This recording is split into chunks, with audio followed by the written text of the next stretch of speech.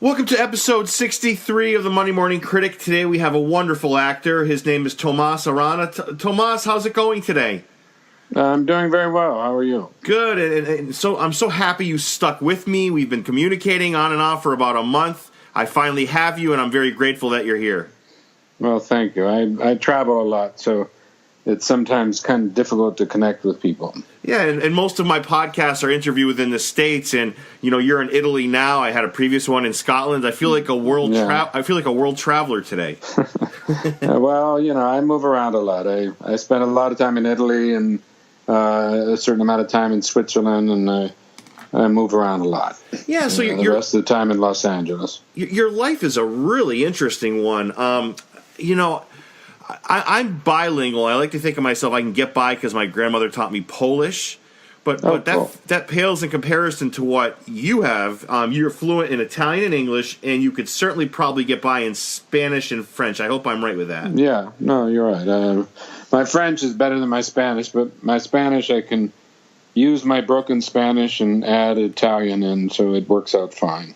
When I did a lot of years of theater, where I was based in Naples, Italy, and we went on tour many times to Spain, to Barcelona, to Madrid, to Valencia, to Granada, which is where the Alhambra is, and we performed in the summer there in a festival. So, and then I went there also traveling when I worked in the art gallery, also in Naples for about 5 years. So I spent a lot of time in Spain. Yeah, very cool. And my ultimate test of whether somebody is really fluent in a language, I say to them, if I dropped you from a parachute in the middle of the country, could you talk your way to safety? And yeah, it sounds like you could talk your way to a pretty good place. I'd rather talk my way to dinner. I think if I came in a parachute in the middle of a country, it'd be better to have something to eat and chill and maybe have a glass of wine and talk about something. I wouldn't want to run to the border immediately. That's actually a pretty good point. So you have such a wonderful filmography. I mean, you're up near 70, if not over, credits. They include The Hunt for Red October, You're So Good in Gladiator, Guardians of the Galaxy, Bourne Supremacy, Dark Knight Rises, Bodyguard, Tombstone. I mean, just to name a few. You've done some great work, prior to this. You're still doing great work. I mean, there's no secret, Tomas, but what is it as an actor that is, I'm going to say secret, to longevity in this business? Because it's a very difficult business to be in. Well, I'll give you a short, succinct version of what I tell young actors when they're first starting out, which I wish somebody had told me because I didn't understand anything, and I failed miserably when I was first starting out at the age of 21 when I went to New York from San Francisco. I grew up in San Francisco. But anyway, what I always tell these actors is I say, imagine that you're a boxer and you've been working out and you've got muscles on top of your muscles and you're quick as can be and you've got a devastating right and left hand and you're just the cat's meow. You think, nobody can kick my butt. And so you go to New York or, London or Los Angeles or wherever your center is for TV and films. And you go there and you step into the ring and you're looking around, you say, good God, I look so good and I'm so cool and I'm so great. And you're in the middle of the boxing ring and you take off your robe and you turn around and the bell rings and right in front of you is Muhammad Ali. And you're like, what? I didn't expect this. And all of a sudden, wham, before you even say, hello, Mr. Ali, such an boom, you're already hit and knocked down on the floor because it's a boxing match and you've started. So the first question is, do you get back up? Because if you get back up, he's still Muhammad Ali and you're still, John Smith from, anywhere. Right. And it doesn't matter because he's Muhammad Ali and you're John Smith. So the first thing is, do you have the courage to get up? Because you're going to get knocked down again. So you get up and he whams you right back down again. If you still have the courage, you just keep getting up. So let's say after he's hit you about 20 times, you finally say, okay, look, I'm going to get up. I'm going to throw my left arm up and block him and try to, get all the way up. So you do that. You throw your left arm up and you actually block him. But then he hits you immediately and knocks you down.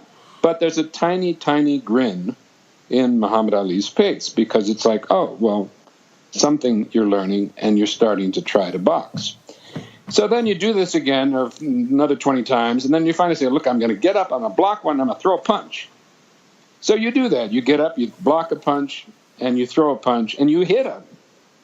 And he smiles. Okay, now we're boxing. Now, he's still going to knock you down because he's still Muhammad Ali, and you're still John Smith from, wherever. But do you have the courage to stay in the ring? If you've been in the ring for many years, obviously you learn how to, not get killed by Muhammad Ali, who, by the way, is one of my heroes. Mm-hmm. So you stand there and you say, okay, he can kill me, but how do I defend myself and stay in the ring? You're not trying to knock him out. Now, who knocks Muhammad Ali out? Obviously people like Russell Crowe, like Tom Cruise, like, Daniel Day-Lewis. These are the people that knocked Muhammad Ali out because even Muhammad Ali, the great, Muhammad Ali got knocked down. But those are a limited number of people, the Kate Blanchetts, the Meryl Streeps. I mean, she's, she works out with Muhammad Ali. So that's the key. Can you resist these knockdowns and pick yourself up continuously over the years? Now, when you get to be an older actor, when you're no longer, 20 or 30, but when you're 40 or 50 or whatever, obviously sometimes you're like, okay, I'm tired of getting hit. I've been hit for a long time, but can't I just get, can't Muhammad Ali go to the bathroom or something and I can have some other guy and I can just at least have a couple rounds where I'm not getting knocked down every 5 seconds? But that's not the way this business is. Now, it's the same concept for many other businesses and many other jobs, and certainly any other thing in the arts. But the difference between an actor and the other arts is a writer can write anytime he or she wants. A painter can paint or make sculptures or whatever anytime he or she wants. A dancer, if they don't do 2 to 3 to 4 hours a day of training, they're not a dancer, so, they're working at it anyway. Musicians can play whenever they want. What can we actors do? Not a goddamn thing if we don't get hired. Yep. Unless we produce our own work, which I did for many years in the theater, or we produce our own films, which some people do, or somebody hires us. If I say to you, Derek, why don't you come over to my house and I'm going to read you some Shakespeare plays? You'd be like, oh, God, I forgot that tonight was the night I was going to count how many ants were in my backyard. And it's a family project and we're not going to do it. So I can do it another time in 1944. So, it's not that I'm not good and it's not that you wouldn't enjoy it, but for more than 5 minutes, it's boring for me and it's boring for you because that's not the way theater and stuff is. I've been with friends who are great actors and we've all, read 5 minutes of Shakespeare for fun, but it gets indulgent and boring after a while because, unless you're doing a study on it, you want to perform it. And the same thing with any other thing. So you have to deal with the time in between jobs, which is a very complicated thing. You have to deal with all the jobs you miss and don't get, or audition for and are down to the last 4 or down to the last 2, or, hell, I was once announced on the front pages of Variety and Hollywood Reporter in about 10 years ago. It was announced that I'd gotten a big lead on a TV show. Okay? Right on the front page. Me, and a couple other guys like there, so-and-so and so-and-so and Tomas Arana are now with the new big, blah, blah, blah pilot. And it's, big, blah, blah. It was a big time pilot, right? So, of course, everybody in the world was calling me and, congratulating me and directors and everybody. And, for 3 or 4 days, I had everybody coming after me. But it was all, it was a false report.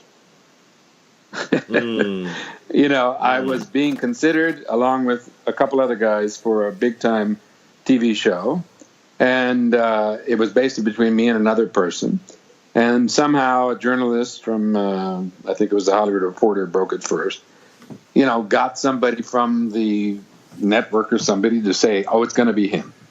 So they announced it. Needless to say, when I saw a potential multi-million-dollar contract come into my hands and, be announced and then go out of my hands, sort of disintegrating like invisible ink, after you've already opened the bottle of champagne with my ex-wife and my kid at the time, those are the moments where life's a little bit harder as an actor, because not only are you getting knocked down by Muhammad Ali, but then, the ref came over and kicked you, and then, the judge came over and kicked you, and some old girlfriends or somebody came over and kicked you, and your best friend, threw up on you, you're like, good God, give me a break. But this is the point. You have to have a mental resistance and a mental strength to take anything. Plus, I never allow friends of mine who are actors to complain when they work. Or if I'm on set and other actors are complaining, unless there's a really serious thing going on, something dangerous or something, I'm always like, why are you goddamn complaining? Complain when you don't work. I'll take that for 5 minutes. But not when you're on a set. You're complaining because you're waiting. You're getting paid to wait. You're complaining because it's hot. So fucking what? You're complaining because you've been on the set since 5 o'clock. So have all the technicians and everybody else, and you're getting paid 10 times the amount. So what's your fucking problem? It's stressful. Well, that's the life you choose. That's like a fireman saying, I really don't like heat. Or a police officer saying, guns kind of make me nervous, and criminals upset me. Or a librarian saying, I really can't stand to read, I mean, this is our profession. The good thing of the profession is when you work. That's the most fun. All the other benefits, making money, and everything else is added pluses. But as many times us actors say, I act for free. I want you to pay me to get up early. I want you to pay me to put up with all the shit that I had to put up between, jobs, and I want you to pay me to put up with whatever shit or whatever conditions I have to put up on any job. And I always tell younger actors, you have to be able to work at any time, under any circumstances, in any place, with any conditions.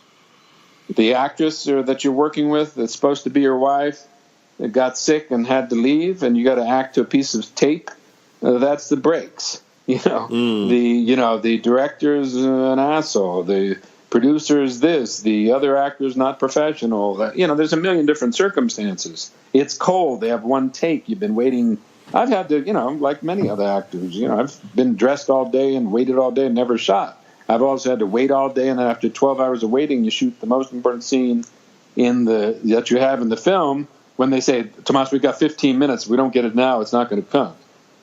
What am I supposed to do? Complain? The technicians have been working all day.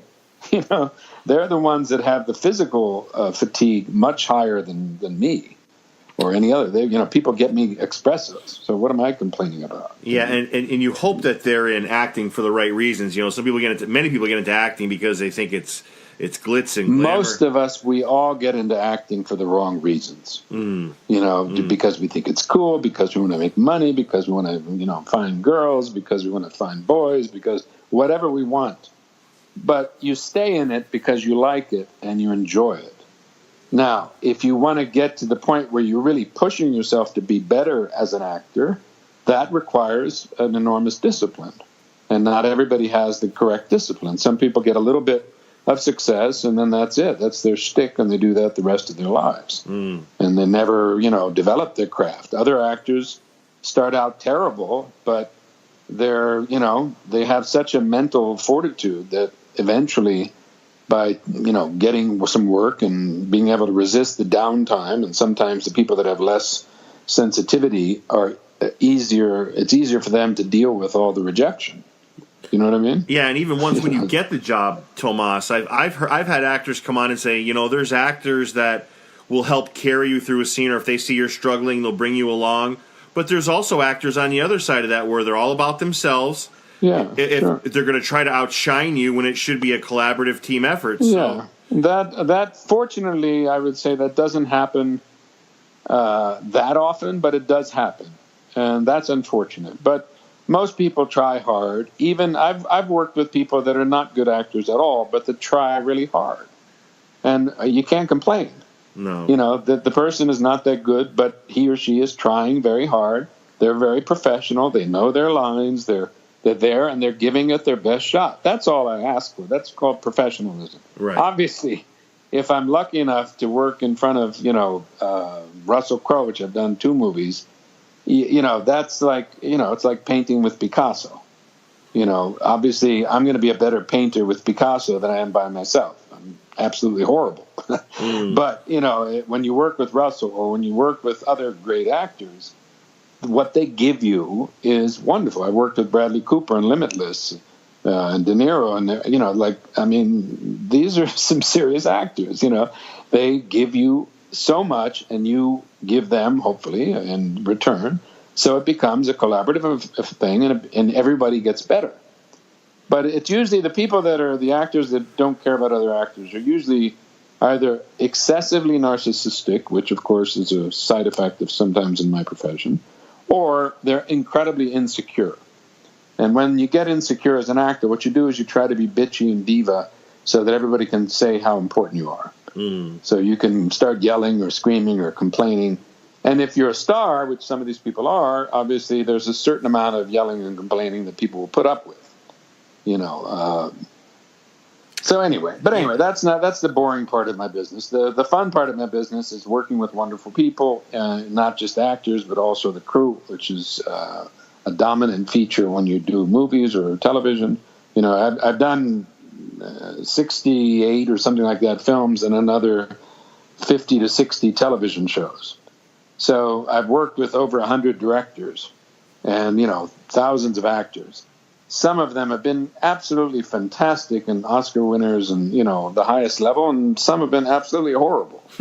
But you can learn something on each set. And when you do a movie or a television show, there's 3 aspects to doing it. The first thing is your artistic, you're trying to do something artistically good. The second thing is what it does for your career and the money and all of that. And the third thing is the life experience of making the movie or the TV show. Sometimes all you have is the life experience. You don't make that much money. It's a terrible project. And, you're just doing it for whatever reason, But you can still have a good time. You can still learn things about yourself. You can still improve yourself as an actor. I've done some terrible movies, especially when I was younger. I did them because my kid was, my ex-wife was pregnant, or, needed money or this or that. Or I just did them because, like I said before, I didn't want to sit home and do nothing.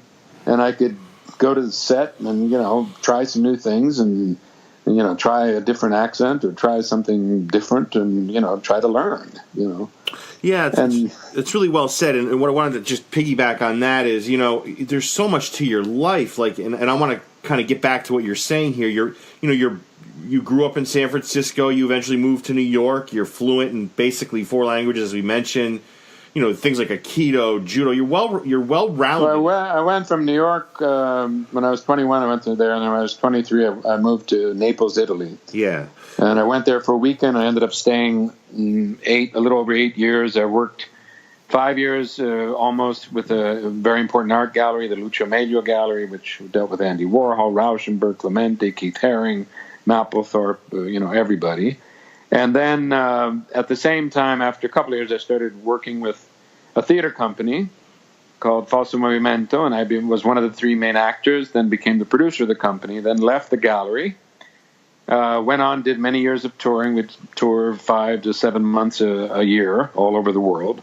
New York, we came twice to San Francisco, Los Angeles, Stockholm, Copenhagen, Frankfurt, everywhere, Jerusalem. And then now this company, when I left in 87, we transformed the company into a company called Teatri Uniti, which continues until this day. I left in 87 when we first transformed it because I went on to do movies. But the company now is being run by Tony Servillo, who was the lead actor in the Oscar winner The Great Beauty by Paolo Sorrentino a few years ago. And it's the most prestigious, probably, theater company in Italy. It performs all over the world. They also do Paolo Sorrentino is considered the best Italian director. He's the one who did The Great Beauty and won the Oscar for that about I think it was 4 years ago. And he did The Young Pope that TV series with Jude Law, Right. and Youth with Harvey Keitel and Michael Caine. And he has a new movie that should be going to Cannes this year also. So the point is, there was a hearty artistic community in Naples, Italy, which normally doesn't get the greatest publicity because people concentrate on stupid things. It's like if people would talk about New York and only talk about crime and dirt. And you say, well, I'm sorry, why don't you talk about the museums and the artists and the actors, and say, oh, yeah, that's great too. But, let's talk just about the dirt and the crime. Yeah, right. That's what people talk about in Naples. Naples is a wonderful city. I lived there for many years. My oldest son was raised there. It has a great artistic history. It's an older city than Rome. It has an incredible series of museums, the Archaeological Museum, which has all of the statues and artifacts from Pompeii and Herculaneum. They're all there in the Archaeological Museum. It's considered the most important in Europe. They have a classical art museum, which after the Uffizi and the Vatican is the third best museum in Italy. It's, got a great history of contemporary art, contemporary theater, the greatest theater tradition in all of Italy, the greatest, music tradition. All of the famous songs that you know out of Italy, most of them are Neapolitan, including the famous O Sole Mio. You've heard that, right? Yes. Okay, you know what that is? That's it's now or never. Oh, okay, I gotcha. O Sole Mio. Yeah. That's what Elvis Presley, basically, it's an old Neapolitan song, and they converted it into a cool rock and roll song. Or Santa Lucia is also a song from Naples. And these are songs in Neapolitan dialect. They're not in Italian. So there's a great artistic tradition there, and it still exists. There's still some of the best directors in Italy, both in theater and the movies are there. A great tradition of actors, great tradition of writers, musicians, artists, visual artists. It's a very vibrant city, and it's my favorite city in the world. Yeah, you're certainly made for that entire country. I mean, you are born to be there. Your love of art and theater and so forth. Yeah, there's no question you're in the right place. I wanted to ask you. You have such a great filmography, and you work for so many wonderful directors. And I know you've been asked this 1,000 times. I'm a big Christopher Nolan fan, and I was going through your filmography today, Tomas, and I'm like, he played the lawyer in Dark Knight Rises, because it's one of the movies I love. I watch over and over again, and son of a gun, I'm like, I know who it is. And it was such a crucial part of that movie. It was like, oh my goodness. So you are in so many crucial parts of so many wonderful movies.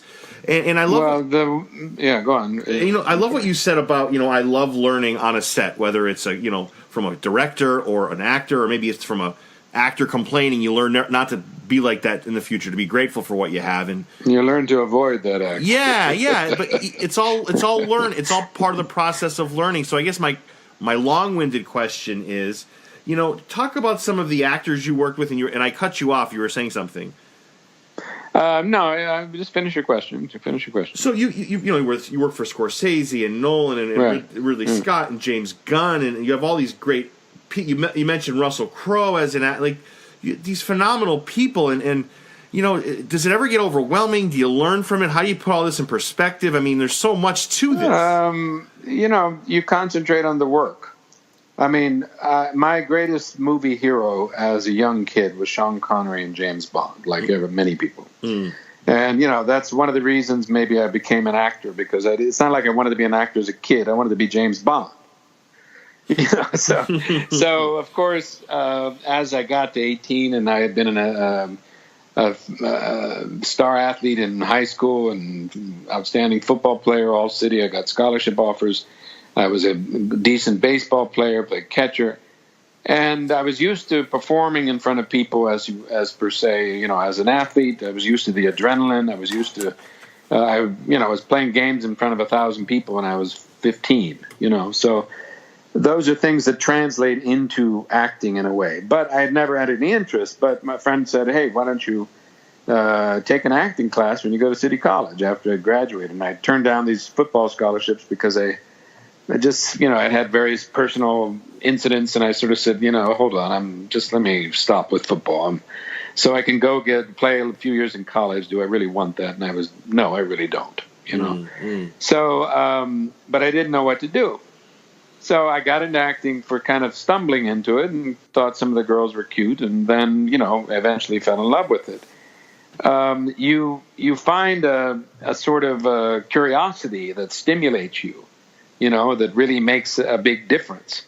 So, for instance, the reason why Christopher Nolan doing the small cameo in Dark Knight Rises, I was asked by Warner Brothers and Christopher Nolan and the casting person John Papsadera to help them cast Batman. So Amy Adams and myself were called in to play scenes with 8 potential Batmans. And I don't want to say the names of the people because I don't think it's fair. But obviously Christian Bale was one of them, and he was the best, for a variety of reasons. But we would do the scenes, she would be, first they would be dressed as Bruce Wayne, and I would play the butler, and Amy would play the girlfriend or, reporter or whatever. And then they would take the actor, put him into the Batman suit, which usually was an hour of work. And then he'd come out as Batman, and then she would play, I think, some scene in the streets with Batman, and I would play a bad guy, and Batman would, overpower me and give the great line, "I'm Batman," as he holds you dressed as Batman, which is kind of impressive because the costumes are great. And it was on set, on the Warner Brothers studio lot with a full crew, which is something you don't do when you do auditions. And very simply speaking, when I spoke to one of the very nice Warner Brothers executives, I was like, God, you guys spent a fortune on this, because there were actors flying in from all over the place, and, a full crew, and Amy and myself were there, and they gave us trailers and sent cars for, it was like a lot of money being spent, And he said, well, Tomas, it's a $1 billion franchise to begin with, so of course we want to make sure we get the right Batman. So having you two here and having all these, fine actors come in, it makes us, know what we're doing. So anyway, it's it never gets overwhelming. As an adult, I finally did a movie, and all of a sudden one day I'm standing in front of Sean Connery, and I get to shoot him. Now, I don't get to kill him, because you don't kill Sean Connery. No. But the point is, that was the only moment in my life where I'm thinking, God damn, I'm standing next to Sean Connery. He's like saying hello to me and shaking my hand. But I, at a young age, at the age of 20 and 21 in San Francisco, I was meeting famous people. When I was in Italy, I was, working for a gallery. We dealt with Andy Warhol a lot. I'd go to New York and go to dinner with Grace Jones at Mr. Chow's. I was 24, so, I would meet famous, people from all over the places. I met the King of Spain, Wow. All this through the art world. And then when I did theater, the same thing in the theater world. So if you're intimidated by people that are working in the same profession, then you got to change professions. The big time actor doesn't want, most of them are not assholes. Most of them are very nice. They want you to bring it to the table. So you just got to come to the table with, your preparation and do your work. If you've done your work and you have, reasonable amount of talent, you're going to be fine. And the other actor, however famous it is, I did a scene in Guardians of the Galaxy, one quick scene with Glenn Close, whom I'd met once before, but, years before. And, we're working together, even though it's very difficult circumstances. She's working one day. I'm working one day. We have no idea what we're talking about because, neither one of us have had time to read. And, I got hired 2 days before. She probably had a few earlier days. But we're talking gibberish. We're talking, this and the con in the universe and the Clixons and the, all these names of peoples and, things that we have no idea what we're talking about. But that's fun. You can't complain about it. You got to enjoy it. Right. And, Glenn Close is not there trying to say, I'm Glenn Close. No, she's like any other actor. She wants to do good work. So, you bring it. It's like playing sports, You you play up against Michael Jordan, you're a good basketball player, start playing. Now, he'll probably be better than you, but if you don't play at all, it's like the Muhammad Ali. If you're boxing, at least he's like, okay, good, we're boxing. It's a good sport. Let's enjoy it, And, I've worked with Sophia Loren. I've worked with Marcello Mastroianni. I did 3 films with him. I've worked with, wonderful actors that, do hard work. Kevin Costner is the nicest man in the world. Super pro, treats everybody very, very decently, very, very sweetly, very nice man. The same thing with, Chuck Norris, the same thing with Van Damme, A lot of people are like that. Once in a while you come across somebody who's not pleasant to work with. Daniel Craig, I did Defiance with him. He's a fantastic person and a fantastic actor. Great movie. And not somebody, I'm a person that's done martial arts. I'm a very active person. Consider myself very capable physically. He would break me in half in a second. He's so damn strong. I mean, you got to, we'd be shooting all day and, gotten up at 5. And he's, obviously has a lot more stuff because he's the lead. And he'd finish the day and go work out the weight room for 2 hours, this is a super pro, and that's when we did Gladiator, everybody on the set, all of the English actors, Russell, Joaquin, a lot of people always saying, oh, Joaquin seems very unusual, yeah, he's a very unusual person, but unbelievably disciplined. Right. Every night, whatever, people going out to dinner, going to have a drink or something to relax, we've all shot all day, we're exhausted. And he'd be like, Tomas, I'll come over to your room and pick you up in a little bit, but I need to do 45 minutes of accent preparation for the scene tomorrow because he was doing the English accent. Wow. And he never missed a day. Wow. Russell, people say, why is Russell so good? Obviously talent and all of that. Russell's been a successful actor since he was about 5. And he works so hard. He does such remarkable preparation. And that's the other aspect of a career in the movies, but in the arts. Discipline. And pushing yourself. Because you're by yourself most of the time. People say theater's hard. Film acting is 1,000,000 times harder. Theater, I have 4 or 6 weeks, 2 months, in some cases with my theater company, 10 months, to prepare a show. Weeks to work on a scene. Rehearsing the scene, trying it 1,000,000 different ways, trying to figure out this and that and this and that. In movies, I arrived, at Defiance. I took 3 flights, left, got in at 2 in the morning in Vilnius, Lithuania. Okay, I'd flown for 19 hours, plus, the airport time. I land, the assistant director is at the airport, which is a really bad sign at 2 in the morning. I'm like, why are you here? And he goes, Tomas, bad news, you got to be on the set at 6. Oh. Or your pickup was at 6. I was like, I thought I was supposed to have 2 days and work on the accent and talk and blah. He goes, well, da-da-da-da, and the change of the schedule. So what can I do? Can I complain? What's the point? Right. That's what I'm happy to be doing a movie with Ed Zwick and Daniel Craig and all the other wonderful actors. And so you go home and you do your thing. This is when you got to shoot. I'm exhausted, but you do it. I don't think I was that great, but I'm not gonna. There's no little caption that comes up under the movie theater screen that says, Tomas was really tired that day. He's a poor guy. He's not that good in the scene. But Gladiator, I'd done a movie in India. I worked for 2 weeks. I finished the movie at 1 a.m. Went home to my hotel at 5 a.m. I was at the airport, and I took a 7 a.m. flight from Madras, India, to Heathrow. Landed at Sunday afternoon in Heathrow, was picked up by a car, went to Shepperton Studios, did my final costume trial, putting on, then went to rehearse just Ridley, Russell, and myself in Ridley's office. Wow. For 2 hours, just to rehearse our scenes and talk about a few things. Then got up the next day at, 3:30 to, be picked up at 4 to have a hour-and-a-half drive so that myself and the other 2,000 people in front of a camera that day would be ready by sunrise, which was 6:30.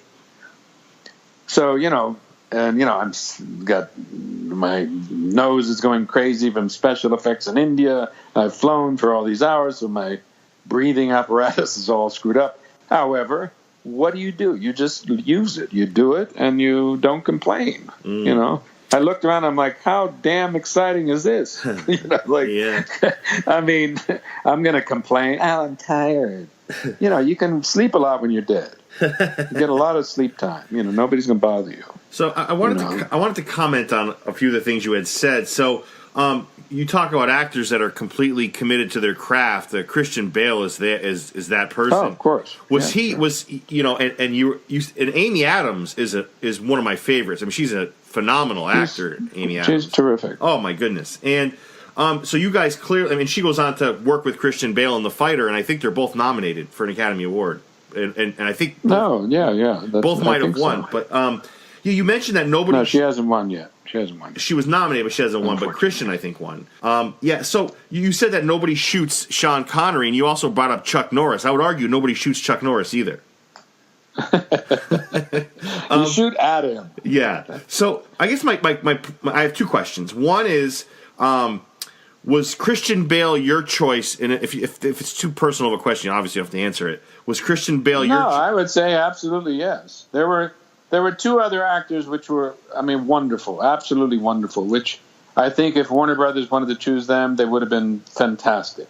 I mean, but, you know, Christian Bale had an incredible strength, and I think of the 8 actors or 9, I forget, that I saw and worked with over 2 days, by far he, you know, was the obvious choice because he just had a great confidence in himself, and he was there. And you know, it you know, when an actor's grooving and the funny thing is sometimes, you know, producers and everything and the studio executives, especially for something like Batman, the final choices are down to 3 or 4 or 5, whatever it is, and it's not that this one's better than that one. You know, right. It's that, you know, usually they're, you know, you could choose 3 or 4 that are all just as fucking good, but they say, but this guy's a little bit taller. This guy has clearer eyes. This guy is this or that. This guy would work better with this. This guy makes more sense for that. I like this look. I like the way he moves. I like the, you know. So, you know, it comes down to these strangely subjective things that, you know, people say. And if they'd have, I mean, you look at the history of movies, how many, you know, in Gladiator, they had first, if I'm not mistaken, they offered it to Mel Gibson. You know, this was fairly public news, and I believe he turned it down. And then Antonio Banderas was considered for it. Now, I'm not saying that they wouldn't have been fine choices, you know, but to me, you know, Russell would have blew them out of what they could have been. I mean, he would have blew them out of the water simply because of his flexibility as an actor. I mean, that's one of the extraordinary things about Russell is, you know, look at 4 or 5 films he did. A Beautiful Mind, okay? L.A. Confidential, which I did with him also. Gladiator, the smoking film, which it's called The Insider. The Insider, yeah. I mean, those are 5 different roles that are extraordinarily different and is so difficult to do, especially The Insider. I mean, The Insider is the kind of thing I'd say, God, how the hell did he do that? You know, and I'm an actor. Yeah. You know, like, yeah. I thought it was extraordinary. And, you know, that's what the beauty is of actors who dedicate themselves. I mean, you know, Christian is a serious actor, works like crazy, you know, and sometimes, unfortunately, people take comments or angry moments or somebody throwing a phone in the middle of the night at a hotel or some weird shit. They take these incidents and then they make them into, you know, an actor gets a bad reputation for some reason. And it's, you know, it's not fair because when you're you know, this type of intensity as an actor, it usually just means you have a lot inside you, and sometimes that can come out in a bad way. For whatever reason, just like it can come out with anybody in a bad way. The difference is one person's mega famous and the other person is not. So the mega famous person can be sued, there can be pictures in the paper or whatever, or on the internet, and obviously all of a sudden somebody's saying something bad about somebody when they're not. So. Yeah, and you bring up a really couple good points here, and Tomas, the one you were naming Russell Crowe's movies. One of the ones I love the most from him is Cinderella Man, where he plays the boxer Jim Braddock. Oh, it's fantastic! Oh my goodness, yeah, I'm on board with your take on Russell Crowe. I love him, and I love your acting ability as well. And I wanted to ask you, what is the secret behind? I'm looking at Gladiator. I don't even think I've seen a movie that has this many reviews, but on IMDb it's got an 8.5. It arguably should be higher. 1.2 million people voted that way. To remain that high is almost unheard of. And I guess my question to you is, what's the secret with Gladiator? What's its staying power? It's got the same type of staying power that Braveheart has. I think there's a couple of things. I mean, obviously it's a spectacular movie visually. Okay, and that's Ridley Scott's, genius and all the people that worked for him to help him create what he wanted to create. So visually, it's as spectacular as any movie you'll ever see, especially a period piece. But that's not the real strength of Gladiator. In Gladiator, it's very simple. Of the 4 main lead characters, or let's say 5, you identify with one of them. Okay? Mm-hmm. In Richard Harris's case, it's the father who's failed as a father, who is regrets having been an absent father or a bad father. In Joaquin Phoenix, you have a young man who wants love from his father. Okay? In Connie Nielsen, you have a mother who's desperately trying to protect her child. In Russell, you have a man whose wife and son were killed, who wants vengeance and has lost all reason to live. Okay? So you have, there's something in there to identify for everybody. I'm a father of 3 boys. So naturally, on one side, and, I didn't really have a father. So I identify with Joaquin's character, and I identify with Richard Harris's character, even though, I don't think I'm a failure as a father, but I regret not having done some things and all that stuff that every parent has. Sure. Okay, so, but how can you not identify with these people? You identify, and that's the bravura of these 4 wonderful actors, who really, engage the audience, and the audience cares for them. So it's a spectacular film, but Troy was also a spectacular film. But do you really care about any of those people? That's a good point. I'm not saying that they're not. They're fine actors in that movie. Right. Don't get me wrong. Right. It has some beautiful visuals. There's some great actors, not fine actors. There's great actors in them. There's Peter O'Toole, but you don't really care about any of them. Right. Yeah. Right. If they all died, you wouldn't really care. No, that's a great point. And it's following an historical. Partially historical, partially mythological history. So, so Gladiator is a weird thing, because on one side it's a cult movie. It really is a cult movie that did $490 million, which cult movies usually don't make. Right. But $490 million are usually not cult movies. It's like Star Wars is a cult movie beside being a massive, hit, right? Right.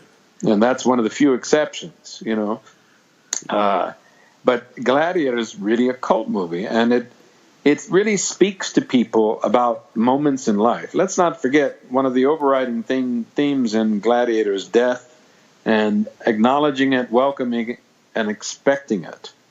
Remember, it's also a pagan movie. It's not a Christian movie. There's no references to Christ, right. Which there were no Roman movies made in the 50s that weren't big on Christ. Ben-Hur, all of them had lots of Christ in them, So, and no, I'm not saying that's a bad thing. I'm just saying that this kind of puritanical 50s Christian mentality was very, prevalent in there. In our movie, it's just about people.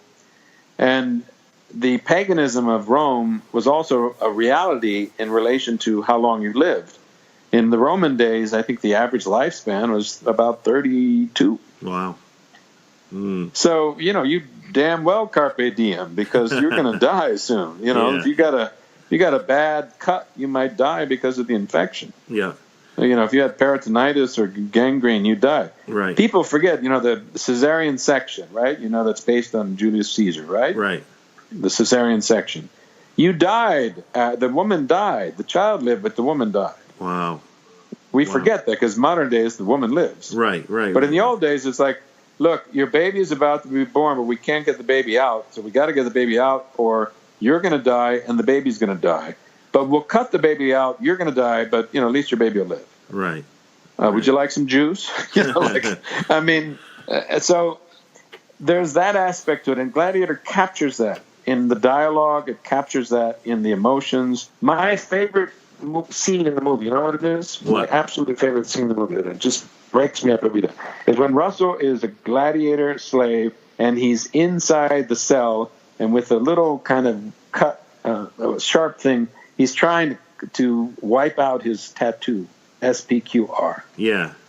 And Jaimin, comes to the door and he says something to him. I forget what he says. And Russell doesn't say anything.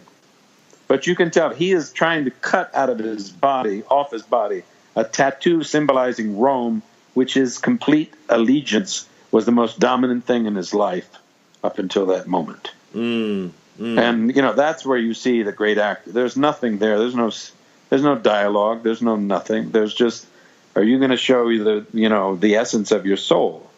And he does. Yeah. So, that's, I think that's really the reason, there's going to be a huge event in June in Rome. June 8th and 9th, they're playing in the Circus Maximus, which is huge, capacity of about 20 to 30,000, depending on how they set it up. That's where the chariot races were, the Ben-Hur chariot races. It's an enormous, racing track. They're going to put an outdoor screen there, and they're having a live orchestra with Lisa Gerrard herself singing, and they're going to do the live sound from the orchestra and show the movie there. Wow. So, and that's the only thing that I was just about to say. I agree with everything you said about Gladiator, but what does it for me also is Hans Zimmer soundtrack with Lisa. It's fantastic. Oh my God! And I think that's part of the secret to Dark Knight too, is Hans Zimmer as well. Oh, that's right. Yeah, you're right. Yeah, but he's terrific. I mean, he's a sweet man too, a very nice man, who, from what I understand, because I have friends that are musicians, always helps young musicians. There's an open door policy. If somebody is young and has little talent, he'll try to meet them, try to see if he can show them some work and stuff like that. Very generous man, very kind man, and a very, very, very, very good composer, obviously. Yeah, and it's just so awesome to hear you talk about, your experiences and so forth. So my question was, other actors, obviously you're a great actor, phenomenal. You've done some great things. You seem to be always involved in this, so people have a lot of admiration for you. But are there other actors? It's pretty clear you like Russell Crowe, and I do too. I think he's phenomenal. Sure. Are there other actors that? Well, the actor I cited for you before is the Italian actor Tony Servillo. That's right. Yeah. Incredible. He's the Russell Crowe of Italy. And I've also worked on stage with him. He's a fantastic actor. He's also won the European Oscar twice for Best Actor in Films. Okay? Wow. So I loved Marcello Mastroianni and Sophia Loren, the famous Italian actors. I did 3 films with Mastroianni. He was extraordinary. He's the lead actor in La Dolce Vita and Fellini's, many of Fellini's movies, many of the great Italian movies of the 50s, 60s, and 70s, he was the lead actor. Sophia Loren is a fantastic actress, absolutely brilliant. I love the English actors, the ones we worked with in Gladiator, Derek Jacobi, David Schofield, John Shrapnel, Richard Harris, Peter O'Toole. I saw on stage Ralph Richardson and John Gielgud. Olivier, living actors now. I love Jennifer Lawrence. I love obviously Meryl Streep. I think Margot Robbie's fantastic. There's so many terrific actors around. I love Willem Dafoe, who's also a good friend of mine. He's fantastic Oh, actor. he's so good. Yeah, Frances McDormand. There's just a tremendous variety. Woody Harrelson, I think, is unbelievably underrated. As an actor, I think he's fantastic. Absolutely fantastic. So it's not difficult. It's like painting. I love art and painting and all of that. It's really not that difficult to find ones that you love. I mean, there's some that you're not going to get that excited about, but to find somebody that you love as an artist, I mean, that's not difficult. To find people that you love as an actor is a pretty easy thing to do. Yeah, that's really well said. And one of the things I wanted to ask you was, you've been in, like I said, phenomenal things, all these wonderful works. Is there a role that you missed out on that you were close to that it's really against your philosophy to kind of dwell on things in the past? You seem like a guy that's very positive. You always look at the half full versus half empty. But is there a part that you've had that you thought? Yeah. You mentioned the TV show earlier. I know that, but like that was something that really bothered me. But I think the thing that I missed, the thing that made me the most sad in my life, was I was up for a good bad guy part in one of the Bond films, done with Pierce Brosnan. And, I love Bond. I mean, I'm a Bond fanatic. I've seen them all a million times. I've met every Bond except for Lazenby and Roger Moore. I've worked with, Sean Connery, worked with Daniel Craig, and met Pierce Brosnan and Timothy Dalton. Pierce Brosnan is a lovely man. So I would love to be a bad guy in a Bond movie. But that part, they, chose another actor who wasn't really an actor, but they wanted something that he could do very well. And I'm trying not to mention the movie or the name because I don't think it's fair. But anyway, the guy, he was a completely different choice, And I was really sad that I didn't get it because I would have loved to have been in the Bond movie. Yeah, and you love. I mean, it's pretty clear you also love James Bond. You said that from the start, and it's pretty clear that you. My phone ringtone is the Bond thing. Yeah. And working with Daniel was a lot of fun because he's not the type that's going to sit there and brag about anything, but on occasion he would tell us a few things and we'd talk a little bit about Bond, and it was a lot of fun to work with him, but it also was nice to see how much he cared about the role and the image of it, and how he wanted to do it justice. It wasn't just, I got this gig, let me try and be a big star. It was like, right. I've got this responsibility, and let me try to be up to the task. So I have a tremendous respect for him. I really am. Yeah, and you've given me almost an hour. I just have a few more questions if you don't mind. Sure. I really appreciate this whole thing. So I'm a huge comic book nerd. I mean, the movies, not so much reading, but I felt that the Christian Bale Dark Knight, Christopher Nolan is the best comic book movie, period. There's no close second. That's it. And if there was a second, it certainly would have been Guardians of the Galaxy, and I find it very ironic. And I'm not just saying this because cool. It's getting to a point where I look at different genres, comedy, horror. You mentioned sci-fi earlier, made me think of this. Drama, action. Is there one that's tougher than the rest? Like, is there one where not all actors can do? I think comedy. Yeah. Comedy is the hardest because you can be a good actor. I've done very few comedies. I've done a few. In life, I have a good sense of humor. Most people consider myself to be a reasonably humorous man. Sure. But it's a different thing acting comedy because it's not just whatever acting you bring to the table, which obviously helps, but it's sort of understanding the straight man, the comic, who's the straight person, who's not, the timing. Sometimes it's just a matter of timing. That's why when you watch like the Saturday Night Live people, that's extraordinary what they do. Because they're also, they're reading the lines there. They've changed everything 20 times. They're improvising things. And that's hard as shit. It really is hard. I mean, it really is hard.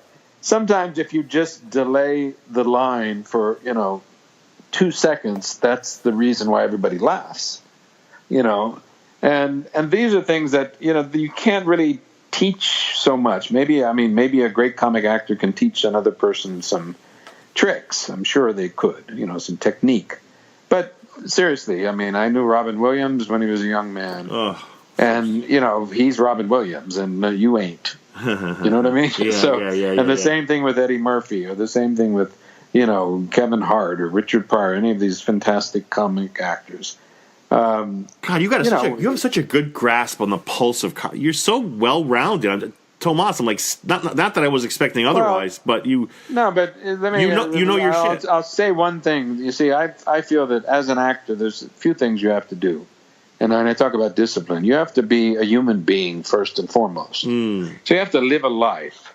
I'm not saying you got to, try to kill yourself so you can experience fear and death, almost so that when you play fear and death, you can think. If you don't have an imagination as an actor, you shouldn't be an actor. But it also helps if you live a life, if you have relationships, if you have failures, if you have successes, if you have children or, lovers or whatever the hell, and you live it. So you have something inside you as a human being. But it also helps that you stimulate your brain by knowledge and by overcoming your ignorance and by getting a sophistication in life in relation to the arts, in relation to expression and creativity. You're an actor. So it's not like you're a bookkeeper or an accountant. So you don't need to study the history of accounting. You need to study the history of the arts. You need to study visual arts. You need to listen to music. You need to listen to, everything from very intellectual things to mass, pop stars. All of that you have to be aware. Joseph Beuys, who's a German artist that I'm a big fan of his, and we worked with him in the art gallery many times. He used to always say, everybody in life contributes to the creativity of the world, and every person, every man, woman can be an artist if they do what they're doing and they do it and give it value and try to, be creative. And at the same time, he says, you should look at everything in life. You should look at the worst, horrible things in life, the people, the unfortunate circumstances of abuse and kids getting killed and horrible accidents. And you should look at the best things in life, too. The person who saved this person, the fireman who saves that person, the mother who's, raises her family against all odds, And you get a perspective if you look at both of them. If you only look at the good things in life, you get no perspective. If you only look at the bad things in life, you get no perspective either. So you want to look at everything, keep an open mind, try to appreciate and understand people. Acting is understanding why people do things in circumstances, in different circumstances. So if you study life and you study creativity and you study the arts, and you study just the way human beings are, hopefully, if you've got a little bit of insight and a little bit of talent, you can develop a way to express that. And, we're not all, a Brando, I was my favorite all-time actor of all time. We're not all a Brando. Some of us are just actors who work hard and become better actors as we get older and our technique gets better and our creativity gets free. Some other actors are, 21, they're Marlon Brando. I wasn't Marlon Brando at 21. I was not a very good actor at 21. I became a better actor as I got older.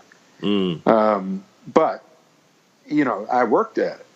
Now, Brando, I'm not saying he didn't work at it. Of course he worked at it. But he also had a way of being vulnerable, a way of being open and naturalistic that came very, very first nature to him, and many actors, I had actors in acting school that were 20 million times better than me. Now, they ended up doing regional theater because they didn't want to go and, go through the rounds in New York or LA.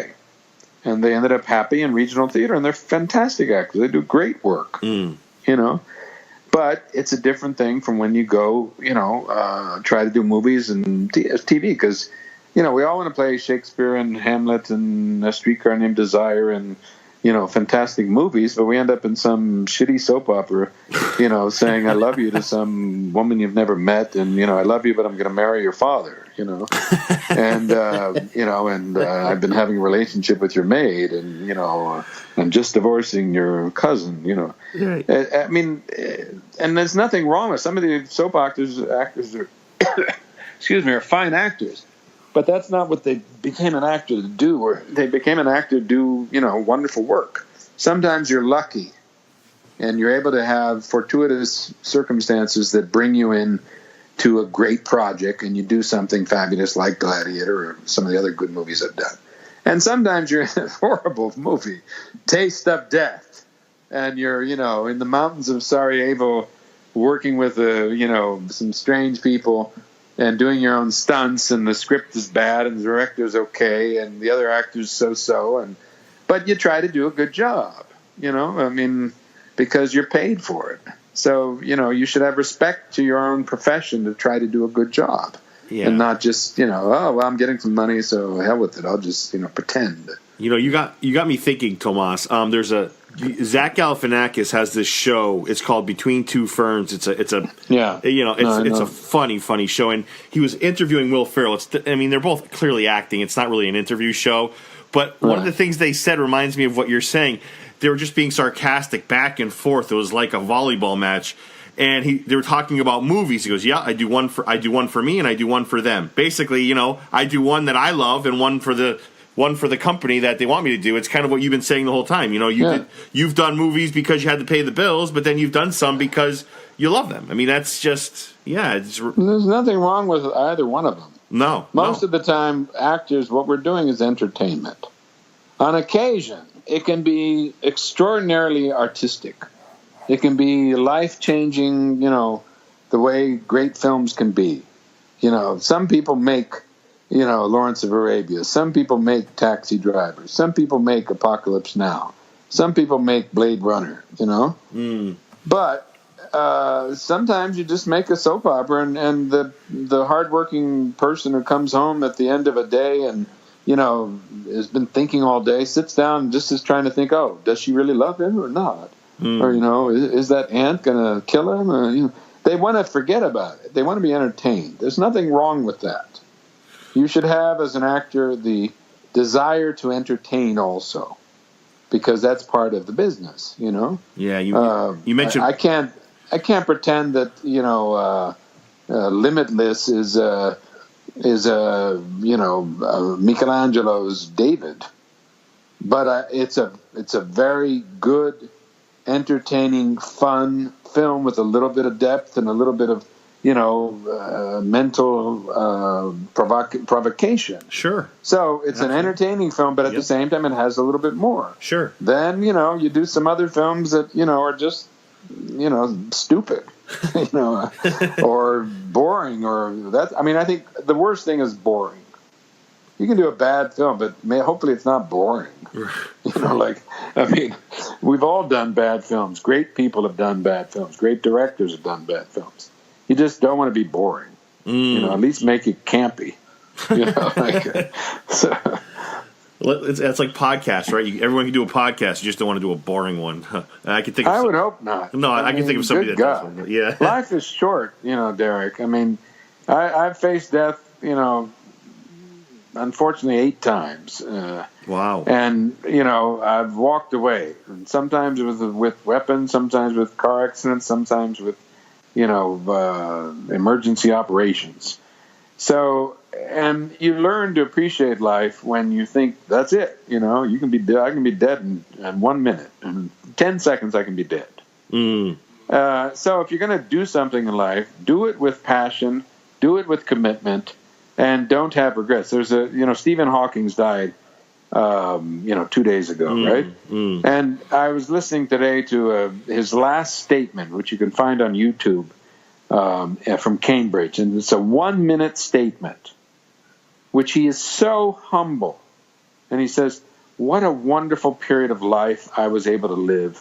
and give my small contribution to understanding the universe. Wow. Which, of course, small contribution. Yeah, understatement of the year. Me, I've given a tiny, tiny contribution by being a human being. He's given enormous. But he spoke with such joy and with such things like, and no matter what you do in life, you can be good at something.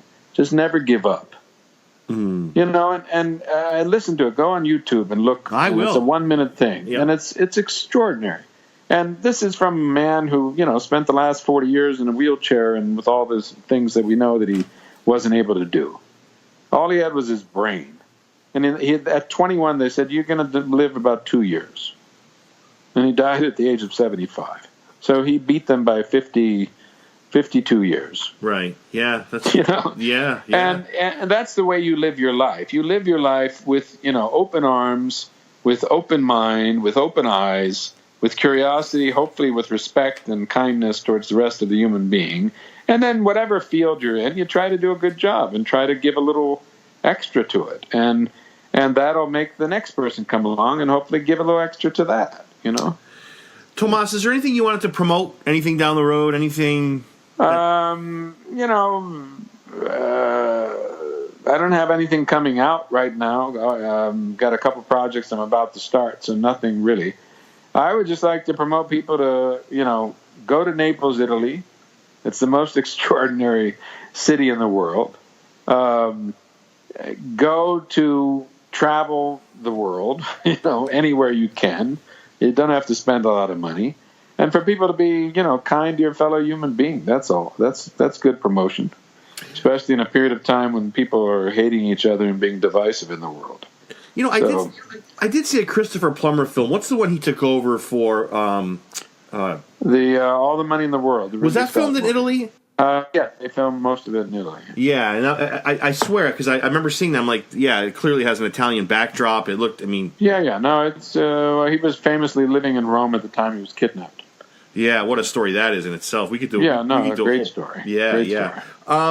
His name is Tomas Arana. Tomas, I am just, what a wonderful interview. You're such a well-spoken man, super talented actor. I can't thank you enough.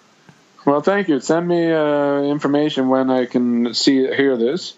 And if anybody's interested, they can find me on Facebook and look at some professional sort of historical photos that I put there also. Yeah, and let me just end this with this. And I forgot to mention this. Andy Warhol did do a painting of you, right? Yeah, he did 4.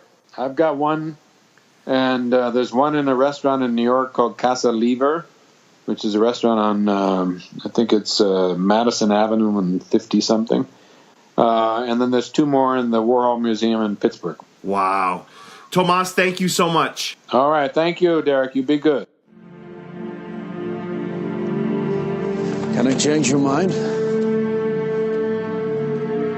About quitting the force? You know what you said about structures becoming shackles.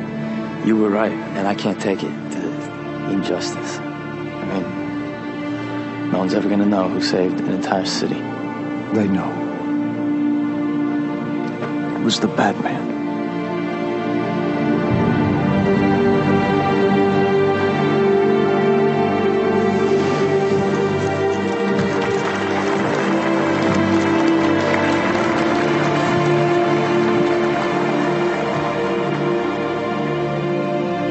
Mr. Wayne's will was not amended to reflect his more modest estate. Nonetheless, there are considerable assets to dispose of. The contents of the house are to be sold to settle the estate's accounts, and the remainder is left in its entirety to Alfred J. Pennyworth. The house and grounds are left to the city of Gotham on condition that they never be demolished, altered, or otherwise interfered with, and that they shall be used for one purpose, and one purpose only: the housing and care of the city's at-risk and orphan children. And my clerk can help anyone with the smaller correspondences and instructions. Blake, John? Nothing here. Try my legal name. You should use your full name. I like that name. Robin. Thanks. Why are we even worrying about the stabilization software? This entire autopilot system is completely obsolete. Please, I just need to know what I could have done to fix it. But, Mr. Fox, it's already been fixed.